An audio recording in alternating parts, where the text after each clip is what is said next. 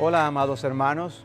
En el día de hoy nosotros queremos hacer algo un poquito distinto a lo que hemos venido haciendo durante las tardes, y es que realmente, a la luz de algunos de los fallecimientos que han acontecido últimamente y estos en medio de una situación de aflicción en general, como lo es esta pandemia y las implicaciones que esto ha traído, múltiples aflicciones también dentro del pueblo de Dios, lo que ocurre ahora mismo en los Estados Unidos con estos desórdenes, son, creo que, cosas que traen mucha tristeza, cargan nuestras almas.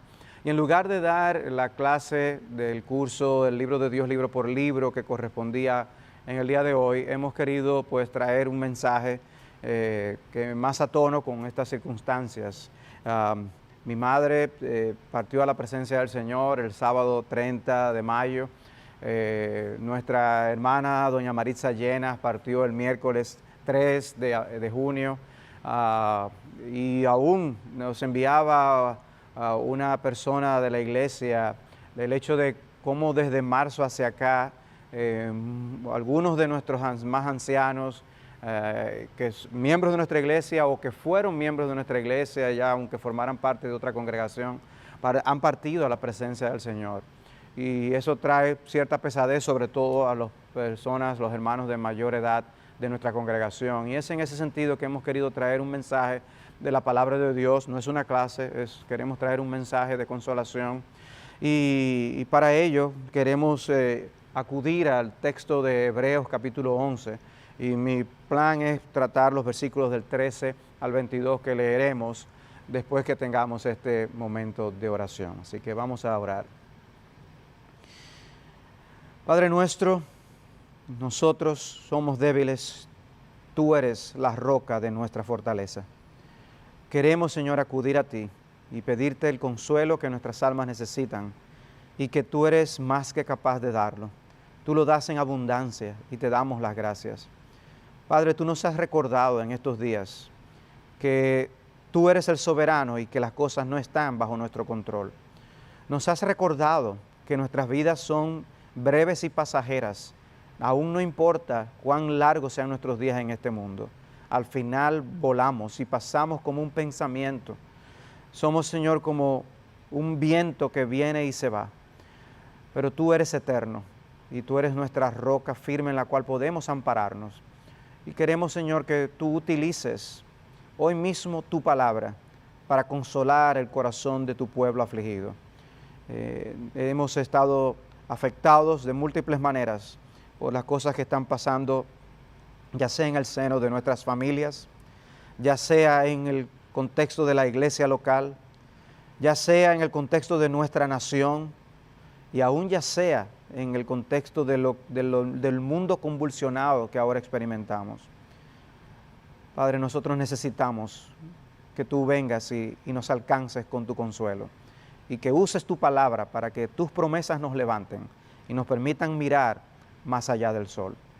Te encomendamos este tiempo en tus manos, úsalo para hacernos mucho bien y para engrandecer tu nombre, porque lo pedimos en Jesucristo nuestro Salvador. Amén. Bien, el texto es el texto de Hebreos 11, 13 al 22, como les decía. Este texto lee lo siguiente: conforme a la fe murieron todos estos sin haber recibido lo prometido, sino mirándolo de lejos y creyéndolo y saludándolo y confesando que eran extranjeros y peregrinos sobre la tierra. Porque los que esto dicen claramente dan a entender que buscan una patria, pues si hubiesen estado pensando en aquella de donde salieron, ciertamente tenían tiempo de volver, pero anhelaban una mejor, esto es celestial, por lo cual Dios no se avergüenza de llamarse Dios de ellos, porque les ha preparado una ciudad.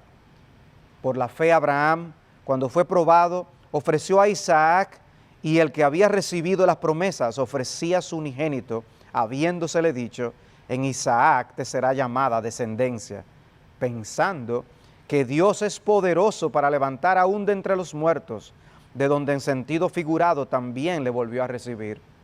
Por la fe bendijo Isaac a Jacob y a Esaú respecto a cosas venideras. Por la fe Jacob al morir bendijo a cada uno de los hijos de José y adoró apoyado sobre el extremo de su bordón. Por la fe José, al morir, mencionó la salida de los hijos de Israel y dio mandamiento acerca de sus huesos. Como pueden ver, este es un texto que aparece en el contexto general de este conocido y amado texto, capítulo de Hebreos 11, el capítulo de la fe, donde nosotros encontramos muchos de los hijos de Dios habiendo actuado confiando en Dios en la vida de una manera que está registrada como un ejemplo para nosotros también vivir por medio de la fe. Y una de las cosas que nos permite mirar de una forma correcta, una de las cosas que este texto hace es colocarnos una especie de espejuelos para nosotros poder ver la muerte de una manera correcta y apropiada. En sentido general, las personas hacen muchos esfuerzos para prepararse para muchas cosas, muchas de ellas cosas que nunca llegan a enfrentar. Y hay, por ejemplo, gente que se prepara comprando seguros contra incendios, contra robos, y así múltiples formas para ellos proteger sus propiedades. Y pasa con algunos que se preparan como profesionales con carreras que nunca llegan a utilizar. Hay personas que se han preparado para la eventualidad de catástrofes nucleares y hacen una especie de búnkers en sótanos que están refugiados, asegurados, tienen formas de energía alternativa, despensas llenas de alimentos enlatados y todas las herramientas que pudieran necesitar. Y sin embargo han muerto y no tuvieron que usar aquello que con tanto afán prepararon. Sin embargo, hay algo que nosotros tarde o temprano todos vamos a enfrentar y es la muerte. Eso es algo imposible de evitar. Y una de las grandes bendiciones que nosotros los cristianos, los creyentes, los hijos de Dios tenemos es que nos podemos preparar debidamente para la muerte. Y no importa qué tan negro sea un panorama, nos permite ver el futuro con esperanza. Aunque aquí pasemos calamidades, aunque aquí muramos, porque lo ocurrirá, nosotros podemos ver más allá de la muerte con esperanza.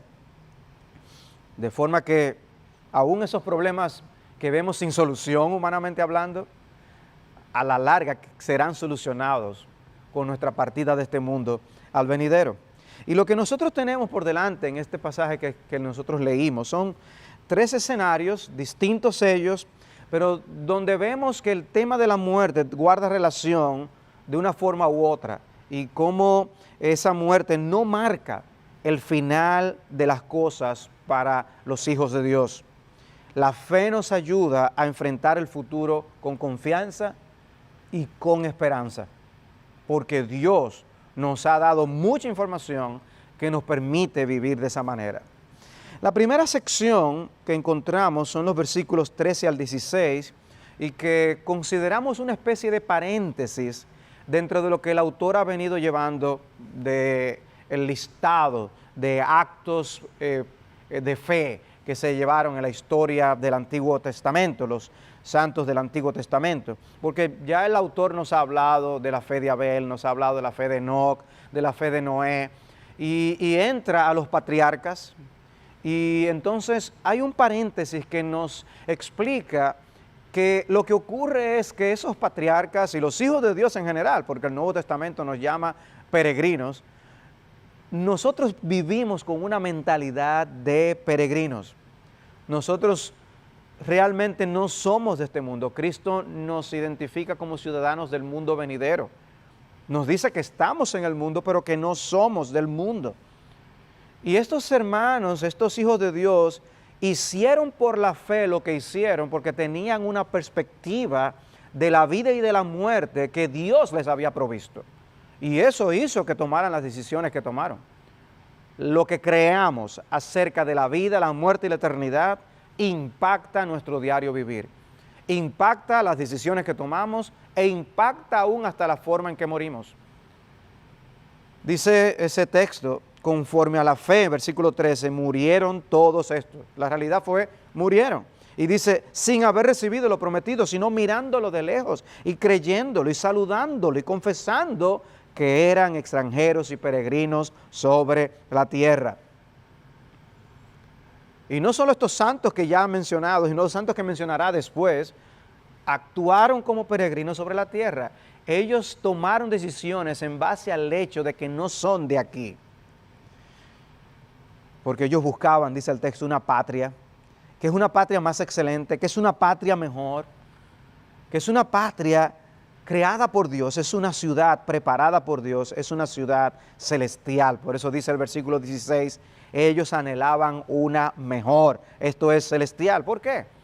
Porque el texto habla de promesas cumplidas de Dios y aún la entrega de una tierra física que Dios dio a su pueblo.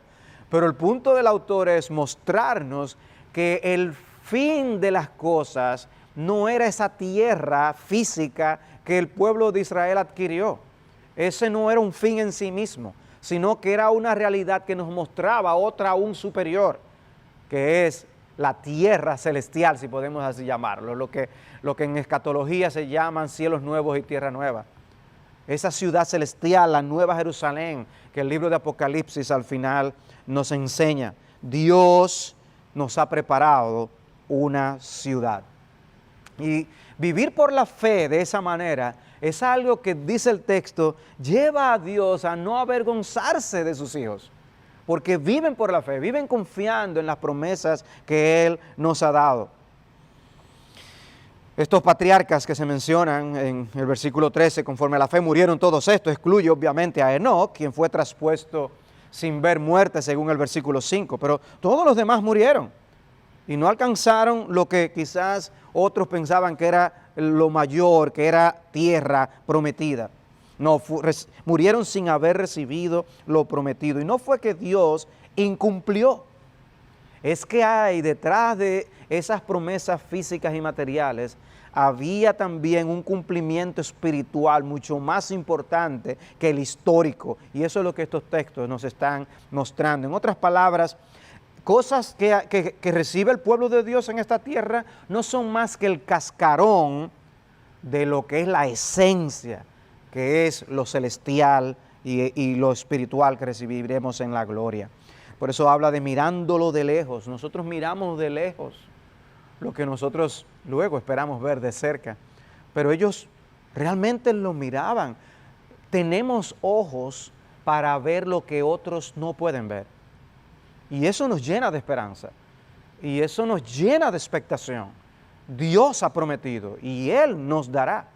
Y lo vemos, es como esa ilustración en el progreso del peregrino. ¿Ves tú allá a la entrada de la puerta? Sí, ve una luz, dirígete hacia allá.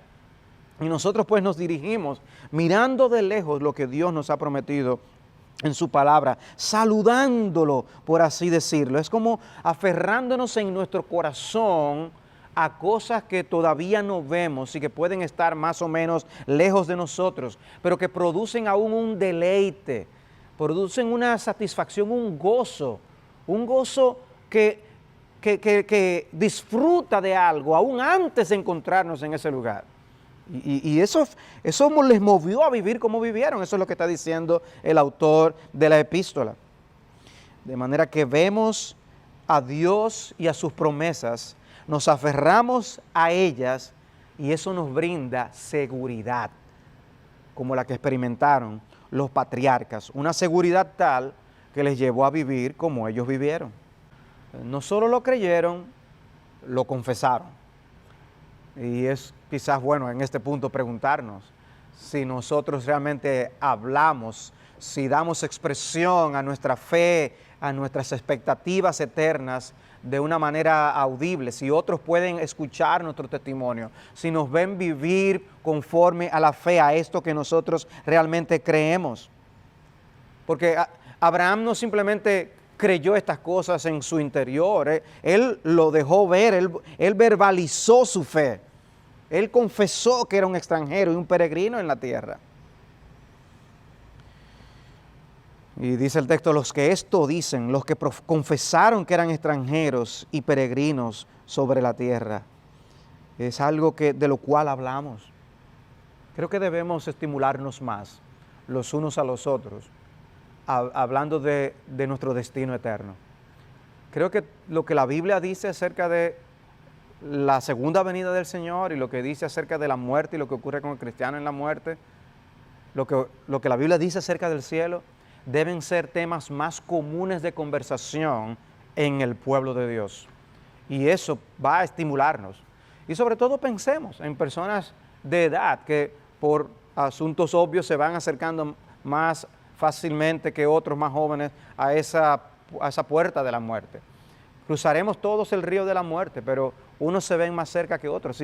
Y hablar del cielo, hablar de nuestra esperanza, puede traer gran gozo a sus corazones.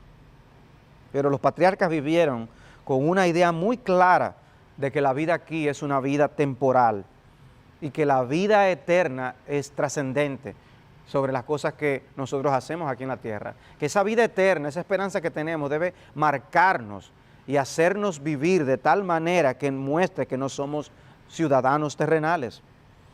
Estaban conscientes de que esta vida es corta y que la otra es eterna. Y que si lo que hacemos aquí es determinante, entonces debemos ver muy bien cómo vivimos. Por eso la Escritura nos dice a redimir el tiempo, aprovechar las oportunidades, porque los días son malos y el tiempo se acaba. Esta es la época de la oportunidad para hacer la voluntad de Dios. Y la fe les abrió los ojos para ver esas realidades eternas por las cuales ellos pudieron vivir. Causó un impacto en sus vidas, un impacto que los demás podían ver, porque la fe nunca es invisible. La fe se deja ver en la manera como nosotros actuamos. La fe muestra que hay cosas que no se ven, que son más ciertas que las que se ven, que son las eternas, y que las que se ven son temporales, como dice el apóstol Pablo. Y por eso nos estimula Pablo a poner nuestra mira en las cosas de arriba y no en las de la tierra. El Señor nos ayude a poder abrazar como estos peregrinos esa realidad. Normalmente uno se aferra de alguna manera eso del lazo conector con un país de origen es algo que nos afecta. Pero el lazo conector con el país de destino, que en este caso es el cielo, debe ir ocupando más lugar cada vez en nuestro corazón para vivir para la gloria de nuestro Señor, que nos ha llamado de diferentes trasfondos.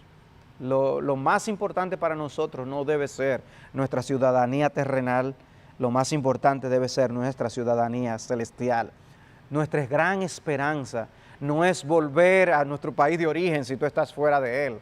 Nuestra gran esperanza es ir a nuestro país de destino preparado por Dios, la Jerusalén celestial, donde habrá gozo y delicia en la presencia de Dios para siempre.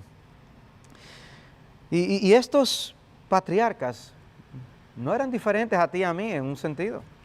Ellos lo que hicieron, lo hicieron por la fe. Y la diferencia la podemos hacer nosotros también por la fe. Porque Dios es quien nos capacita. Dios les capacitó a ellos y Dios es quien nos capacita para vivir para la eternidad. De manera que esta porción de la palabra de Dios, que habla de todo lo que estos hombres hicieron por la fe, nos abre este paréntesis para nosotros poder ver la mentalidad de peregrinos que debe de marcar nuestras vidas. Nosotros no vamos a estar aquí para siempre. Nosotros estamos aquí de paso. ¿Por qué cargar con tantas cosas? Y lo estoy diciendo de una manera figurativa. ¿Por qué nosotros nos aferramos tanto a cosas materiales, a experiencias? Es común uno oír a las personas decir, yo tengo que hacer tal cosa antes de morir. Como si fueran experiencias imprescindibles para yo tener un sentido de plenitud. Pero ¿saben qué? Aunque no se cumplan gran parte de tus sueños, de esos bucket lists que la gente hace, esa lista de cosas que la gente tiene que experimentar antes de morirse, aunque nosotros veamos un alto porcentaje de esas cosas no cumplirse, llegar a la gloria va a ocupar el lugar de eso y 1000 veces más.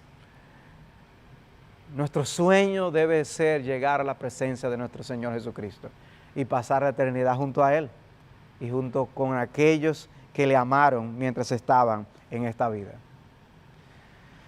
Pero nos movemos a la sección siguiente. Después de este paréntesis que nos explica que debemos vivir con una mentalidad de peregrinos, Los versículos 17 al 19 nos presentan cómo la fe impacta la manera en que enfrentamos las pruebas. La fe impacta la manera en que nosotros enfrentamos las pruebas. Y observen cómo la prueba que contiene este texto también habla de la muerte. Dice así: por la fe Abraham, cuando fue probado, ofreció a Isaac, y el que había recibido las promesas ofrecía a su unigénito, habiéndosele dicho: en Isaac te será llamada descendencia, pensando que Dios es poderoso para levantar aún de entre los muertos, de donde en sentido figurado también le volvió a recibir. Y el autor contextualiza los eventos que ocurrieron en la vida de Abraham, a los que él hace referencia. En el versículo 8 de este capítulo, él nos habla de cuando él recibió el llamado de Dios, los versículos 11 y 12, cuando Dios le prometió un hijo a Abraham y su cumplimiento 25 años después. En esta ocasión, el versículo 17 se refiere a una escena impactante de la vida de Abraham, en la que Dios le pide que sacrifique a su hijo Isaac por la fe, cuando fue probado. Él estaba siendo probado. Antes le había dicho: te prometo un hijo, y Dios cumplió. Y ahora Dios le dice: dámelo. Impactante, ¿no? Sobre todo cuando nos tocan a uno de nuestros hijos. Y en este caso, al hijo que realmente era el hijo del corazón de Abraham. Y por eso se identifica como si fuera tu único. Él tenía a Ismael, pero ese era el hijo de la promesa. Y Dios le dice: dámelo, dámelo. Lo cual nos recuerda, ¿no?, el gran regalo de Dios con su hijo, que dio a su hijo unigénito. Aquí Dios le estaba pidiendo a Abraham que diera a su hijo, al que identifica como único. ¡Qué petición! Abraham estaba siendo sometido a prueba. La prueba de Abraham estaba en un horno de fuego. Hermanos, Dios prueba nuestra fe. Esto que vemos de que Dios hizo con Abraham nos enseña que Dios prueba nuestra fe. No lo hará de la misma manera, pero Dios prueba nuestra fe. Y la pregunta es cómo nosotros reaccionamos a esa prueba. Y mi punto es por la fe que nosotros podemos enfrentar estas pruebas debidamente. Es por la fe que nosotros podemos confiar en Dios, aunque esto implique el tener que perder a alguien tan querido como nuestro hijo en este caso. Y por eso el texto nos presenta hasta la manera, el proceso de pensamiento que tuvo Abraham al verse en esta situación. Pero la idea del pasaje es enseñarnos que sin la fe es imposible salir airoso de las pruebas que Dios trae a nuestras vidas. Y hay pruebas de todo tipo, como nos enseña el libro de Santiago. Hay diversas pruebas a las que nos enfrentamos, pero nos enfrentamos a ellas con sumo gozo, dice Santiago, porque la prueba de nuestra fe produce paciencia. Y nos prueba Dios con cosas 1000 veces menores que con lo que pidió a Abraham. La pregunta es si pasamos la prueba. Pueden ser cosas menores y muchas veces no pasamos la prueba. Abraham se aferró, sin embargo, a lo que Dios le había dicho. Y por eso me encanta la manera en que Abraham es descrito en el versículo 17. El que había recibido las promesas. Él había recibido, él había albergado esas promesas en su corazón. Y la pregunta es si tú y yo hemos realmente puesto en el corazón las promesas de Dios. Me encanta la pregunta de Cristo a María. Si ¿tú crees estas cosas? ¿Tú crees estas cosas? Dios te ha prometido a ti resurrección. ¿Tú lo crees?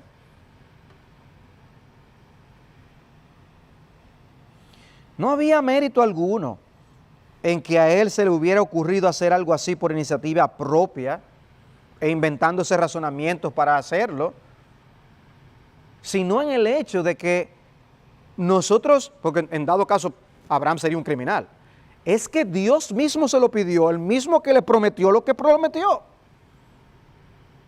Él estaba haciendo lo que estaba haciendo porque Dios se lo ordenó. Y la razón para obedecer fue la promesa que Dios le había hecho hace tanto tiempo atrás. Fue a él a quien se le dijo: en Isaac te será llamada descendencia. Y eso hace toda la diferencia del mundo. Amados hermanos, nosotros no tenemos una esperanza en el cielo porque sencillamente eso luce consolador. Nosotros confiamos en que en la casa del Padre muchas moradas hay porque Cristo lo prometió. Y Cristo no puede faltar a ninguna de sus promesas. Y como Abraham se aferró a la promesa de Dios, nosotros nos aferramos a las promesas del Señor, porque Dios es fiel. Nos aferramos a un Dios fiel, a un Dios que no miente. No es simplemente para que nos sintamos bien, no, todo va a salir bien, pero no es así. No, es así.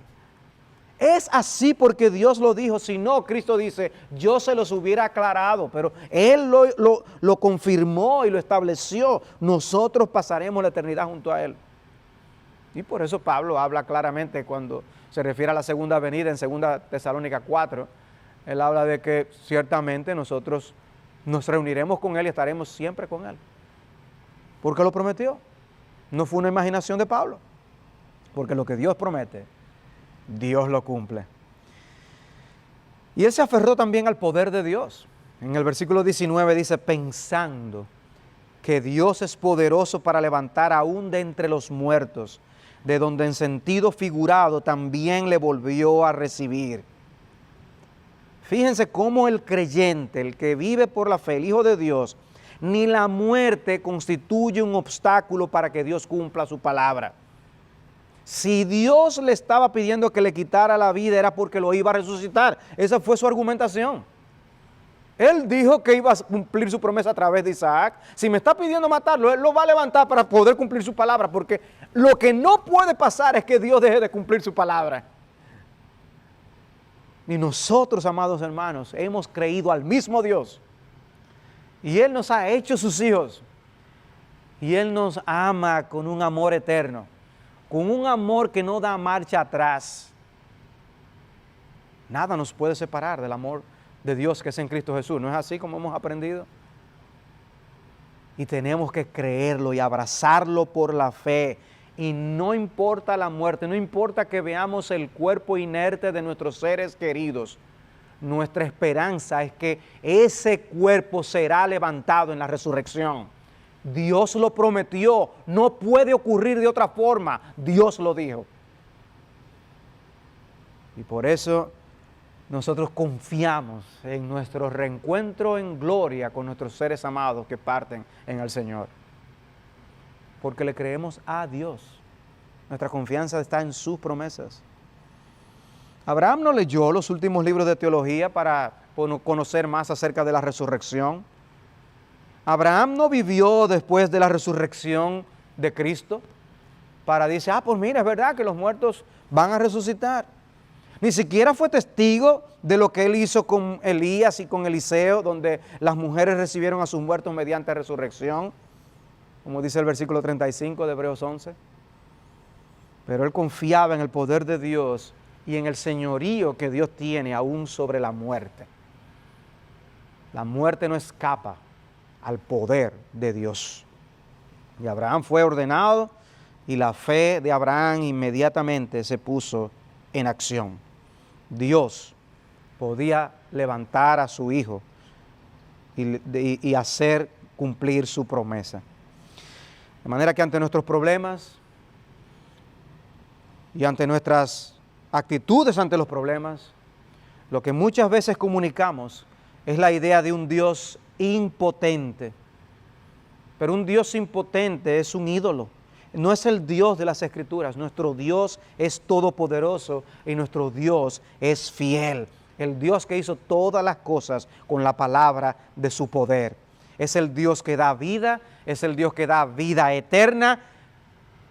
Y vida eterna al momento de la conversión, que ya está asegurada.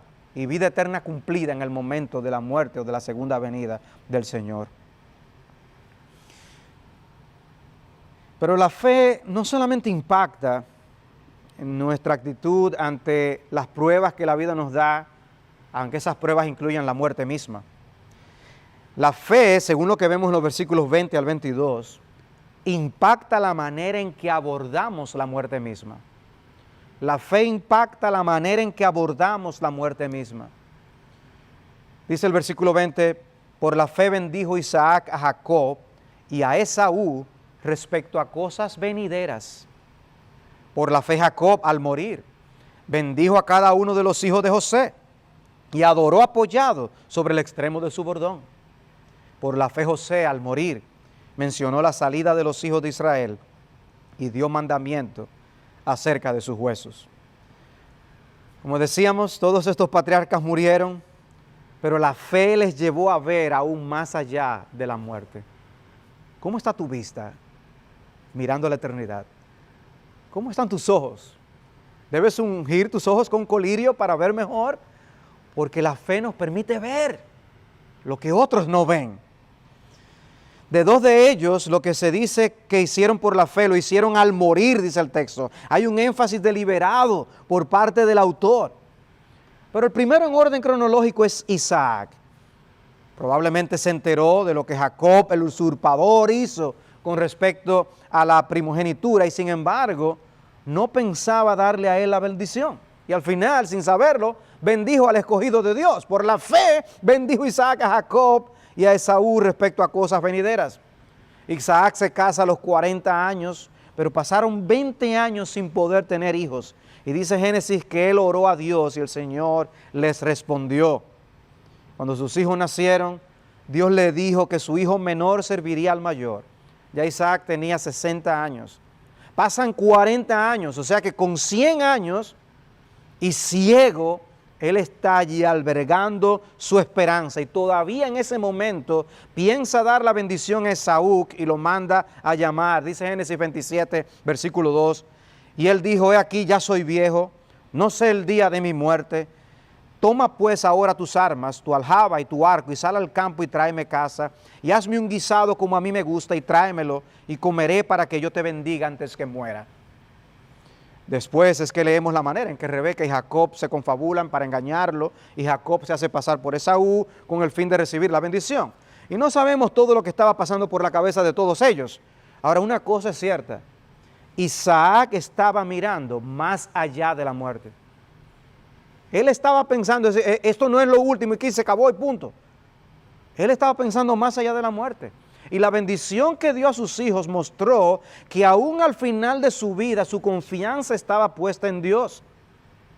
Y lo único que le quedaba era bendecir a sus hijos. Hermanos mayores, ancianos, el rol de oración que ustedes pueden cumplir es increíble. Y ustedes pueden ser fuente de bendición para muchos aquí en el mundo. Así como Isaac bendijo a sus hijos, ustedes pueden bendecir a otros por medio de sus oraciones y las súplicas que hacen al Altísimo. Es como si Dios tuviera un oído especial atento para escuchar ese tipo de ruegos. Luego tenemos el caso de Jacob. Dice, por la fe Jacob al morir bendijo a cada uno de los hijos de José y adoró apoyado sobre el extremo de su bordón. Sin saberlo, Isaac había dado la bendición al menor y ahora le toca a Jacob y él adrede coloca su mano derecha sobre el hijo menor de José, que es Efraín, y no sobre el primogénito, Manasés.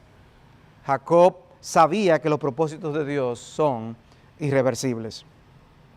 Dios había tratado intensamente con Jacob hasta hacerle reconocer cómo el Señor soberano del pacto es el que tiene control de todos los aspectos de nuestras vidas y ahora al final de su vida está apoyado y confiado en su Dios. Y así como estaba apoyado en su bastón, él estaba confiado en su Señor. Antes se valía de tretas y de artimañas y de engaños para lograr sus intereses y ahora él está plenamente convencido de que solo Dios es su esperanza. Cuando joven, intrépido y atrevido, confiado en sí mismo, pero ahora es otro hombre. Dios lo había transformado, porque los planes de Dios son invencibles y Jacob lo sabía. Y él ahora, ya anciano, lo vemos adorando a su Dios. Y el versículo 22 nos da el ejemplo de José. Por la fe José al morir mencionó la salida de los hijos de Israel y dio mandamiento acerca de sus huesos. Isaac, Jacob, José. Un caso bien interesante. Está a punto de morir, dice el texto, y sin embargo, está interesado en dar instrucciones con respecto a lo que sus descendientes debían hacer con sus huesos cuando salieran de Egipto. Cuando yo me muera, hagan con mis huesos esto. Posiblemente conocía lo que Dios le había dicho a Abraham en Génesis 15, 13. Entonces Jehová dijo a Abraham: ten por cierto que tu descendencia morará en tierra ajena y será esclava allí y será oprimida 400 años. Mas también a la nación a la cual servirán juzgaré yo, y después de esto saldrán con gran riqueza. Saldrán. Y eso estaba en la mente de José. Y como dice un autor, José no se quería perder el éxodo, aunque solo sus huesos hicieran el viaje. ¿Ven qué tan apoyado estaba este hombre en la promesa de Dios cuando ya estaba viendo la muerte cara a cara? Estos hombres veían por la fe cómo sus descendientes cumplirían un papel en los planes redentores de Dios. Ellos no iban a estar ahí vivos para ver el cumplimiento, pero eso no eliminaba la fe y la expectativa y la esperanza. Nuestra esperanza va más allá de nuestras propias muertes. En estos días donde muchas personas nos dan las condolencias, una hermana me decía: yo fui amiga de tu madre. Y yo le decía: no, tú eres amiga de mi madre. Porque Dios no es Dios de muertos, sino de vivos, como el mismo Señor Jesucristo nos dijo. Nuestros hermanos que parten a la gloria están vivos. Nosotros creemos en la resurrección. Y estamos unidos a ellos, aunque no lo veamos. Dice la Escritura que cuando nosotros adoramos, nos unimos a aquellos que están en espíritus hechos perfectos, adorando a Dios también. Es misterioso, es incomprensible para nosotros ahora mismo, pero es la realidad que la palabra nos enseña. De manera, amados hermanos, que a la luz de este texto que nosotros hemos considerado, en medio de las circunstancias que estamos viviendo, con las aflicciones que nos haya tocado vivir en estos días, algunos han tenido dificultad aún para enterrar a sus propios muertos por causa de la pandemia y la rigurosidad de las medidas que hay alrededor de estas cosas. Amados hermanos, llenémonos de las promesas de Dios en nuestro corazón, pongámonos los espejuelos divinos para nosotros ver más allá de la muerte. Nosotros somos peregrinos en esta tierra y esa mentalidad de peregrinos debe impactarnos de múltiples maneras. El saber que no somos de aquí, el saber que tenemos un destino eterno asegurado, debe impactarnos de diversas maneras, debe afectar la perspectiva de esta vida, cómo miramos esta vida, cómo usamos nuestros días aquí. Pedro, en un texto interesante, en 1 de Pedro 1:17, dice: y si invocáis por Padre aquel que sin acepción de personas juzga según la obra de cada uno, conducíos en temor todo el tiempo de vuestra peregrinación. Hay un temor de Dios que debe venir a nosotros ante el conocimiento de que la vida no está en nuestro control, ante el conocimiento de que no estaremos aquí para siempre, de que somos piezas en el ajedrez de Dios, que nosotros no somos a los que estamos controlando el juego, sino Dios lo está. Y todo es para su gloria y para su honra. Y nosotros tenemos el privilegio de ser instrumentos en sus manos. Eso debe llenarnos de temor de Dios para vivir para su gloria, aprovechando bien el tiempo porque los días son malos. Para que aprendamos a contar nuestros días y traigamos al corazón sabiduría. Somos peregrinos aquí. En el Salmo 119, versículo 19, David se identifica a sí mismo diciendo: forastero soy yo sobre la tierra. Somos forasteros aquí. Y con los acontecimientos que están pasando en el mundo y la vehemencia con la que se diseminan algunas perspectivas filosóficas y de vida, uno dice: la verdad es que uno se siente cada vez menos que pertenece a este mundo. Ya es difícil ver hasta una serie de televisión, una película, sin no ver cosas que contristan el espíritu y el corazón. Pero esta visión debe impactar la manera en que nosotros tenemos y usamos las posesiones materiales. No vamos a estar aquí para siempre y no nos vamos a llevar nada con nosotros.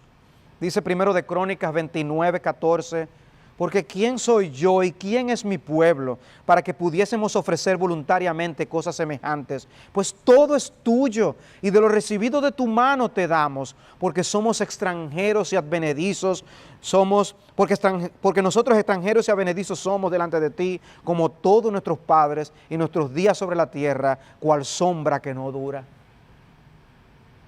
No nos vamos a llevar nada. ¿Cómo estamos usando los bienes que Dios nos está dando? ¿Cómo hemos usado los bienes que nos ha dado?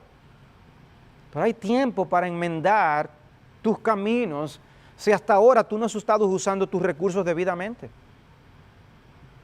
Y parte de lo que este mismo texto que habla, nos dice, parte de nuestra responsabilidad es ofrendar para Dios. Porque eso es usado para la expansión del reino de Dios de múltiples maneras. Pero la pregunta es si nuestro corazón está en eso, si nuestro corazón está donde está el corazón de Dios. Esta enseñanza impacta nuestra visión del pecado. Por eso Pedro decía, amados, yo os ruego como extranjeros y peregrinos que os abstengáis de los deseos carnales que batallan contra el alma. Por eso el mismo Pedro ahí en el capítulo 4 dice, basta ya de ustedes haber vivido conforme al estilo de vida de los gentiles. Dios nos rescató, Dios nos llamó, basta ya, vivamos para la gloria de Dios. Abstengámonos de los deseos carnales que batallan contra el alma. El tiempo es corto, la vida es breve, usémosla para la gloria de Dios. Cada pecado es algo que nos distrae de hacer la voluntad de Dios, de vivir para la gloria de Dios en este mundo. Pero esta enseñanza impacta de manera directa nuestra perspectiva de la muerte. Y qué mejor texto que Filipenses capítulo 1, versículos 21 y 23. Porque para mí, decía Pablo, el vivir es Cristo y el morir es ganancia. Porque el vivir es Cristo, el morir es ganancia. Mas si el vivir en la carne resulta para mí en beneficio de la obra, no sé entonces qué escoger. Porque de ambas cosas estoy puesto en estrecho, teniendo deseo de partir y estar con Cristo, lo cual es muchísimo mejor. No mejor, no mucho mejor, muchísimo mejor. Y nuestro corazón debe decir, amén. Amén. Y nosotros vamos a ir, si abrazamos por la fe esta visión que este texto nos comparte, vamos a poder decir cada vez un amén más fuerte a estas palabras del apóstol Pablo. Pero observen que el deseo de Pablo de quedar aquí era ser beneficio en la obra del Señor. Yo estoy puesto en estrecho, dice él, pero porque el quedarme aquí es para servir. Y amados hermanos, en estos días de coronavirus, en estos días de pandemia, podemos dejarnos abrazar, atrapar por el temor a ser contagiados y no servimos. Por eso me animó en mi corazón escuchar de uno de nuestros hermanos de otra congregación, servir y predicar el evangelio en uno de los hospitales donde hay personas enfermas de coronavirus, y aparentemente salió positivo porque él se expuso. Pudo haberle dado, parece asintomático, pero se le dio. Pero ¿qué estaba haciendo él? La obra del Señor. La obra del Señor.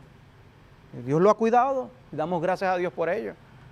Pero mi punto es, quizás tomamos riesgos, salimos a trabajar porque hay que ganarse el pan, y nos arriesgamos porque hay que trabajar, pero ¿y la obra del Señor? ¿Estamos también dispuestos a hacer la obra del Señor? Protegidos, cuidándonos, siendo sensatos, tomando medidas, pero hay que hacer la obra del Señor. No vamos a estar aquí para siempre. Hay lugar para arriesgarnos en la vida de Dios. Mi esposa y yo estamos usando un devocional que nos ayuda a orar debidamente por nuestros hijos. Hay una meditación y luego una breve oración para cómo poder orar eso que estudiamos por cada uno de nuestros hijos. Y el tema era precisamente cómo nosotros debemos morir, porque no podemos guardar nuestra vida aquí, sino que la perderemos si nos mantenemos tratando de guardar nuestra vida aquí. El que guarda su vida aquí la perderá. Y el que la pierda por causa de Cristo la ganará. Por eso dice el versículo 16, estos patriarcas anhelaban una ciudad mejor, una celestial, por lo cual Dios no se avergüenza de llamarse Dios de ellos. Y en otras palabras, eso significa, Dios se enorgullece de llamarse Dios de ellos, porque les ha preparado una ciudad. Oh, que el Señor nos ayude a vivir como peregrinos aquí en la tierra. Que el Señor nos ayude a ver la muerte con los espejuelos, con las lentes de la cosmovisión bíblica y divina. Y que nosotros abracemos la perspectiva de la muerte de este mundo.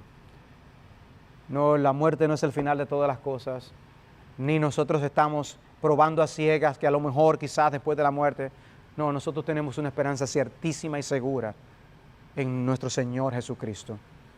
Hemos creído en Cristo y en Él tenemos vida eterna. Vivamos a la luz de esa verdad. Vivamos a la luz de nuestra gran esperanza. Eso debe transformar la forma en que vivimos.